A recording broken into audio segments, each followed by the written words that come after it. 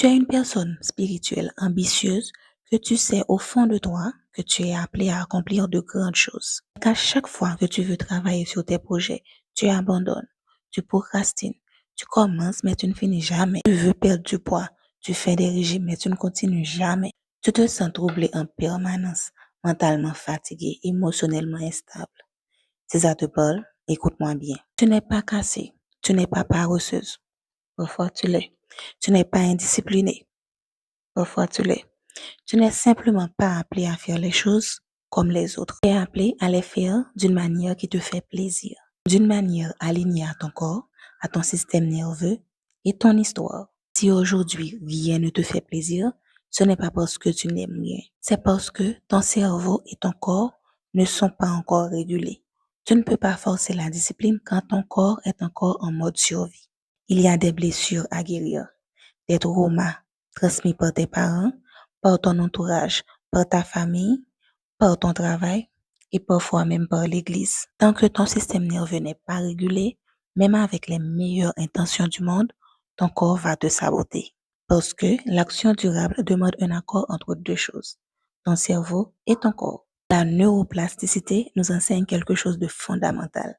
Les pensées sont le langage du cerveau, les émotions sont le langage du corps. Donc, si consciemment tu veux changer, mais que tes pensées sont négatives et tes émotions sont chaotiques, rien ne changera. Le travail commence dans le silence. Prends le temps de t'asseoir, sans distraction, sans bruit. Écoute tes pensées. Tu veux faire du sport, tu veux manger sainement, mais écoute ce que ton mental dit vraiment. Au début, tu ne les identifieras pas clairement, mais à force de rester dans le silence, elles vont se révéler. Des pensées comme je ne suis pas digne de perdre du poids. Ce genre de choses n'est pas fait pour moi. J'aime trop la nourriture. Seules les personnes riches peuvent faire des régimes. Je ne viens pas d'une famille riche. J'ai toujours été comme ça. Je ne vais pas changer maintenant. Je suis trop fatiguée pour me lever tôt. Je n'aime pas boire de l'eau, etc. Ces pensées sont là pour te maintenir là où tu es. Tu les portes depuis l'enfance. Elles viennent de ton environnement, de ton éducation, de ce que tu as observé. Ce sont des croyances limitantes, mais comme elles sont anciennes, tu ne réalises même pas qu'elles te bloquent. Et tes émotions font exactement la même chose. Tu es souvent anxieuse, tu minimises tes capacités, tu doutes constamment, tu as peur sans savoir pourquoi.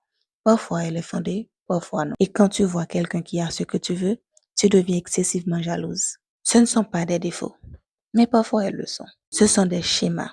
Et identifier ces schémas, c'est le premier pas vers la guérison.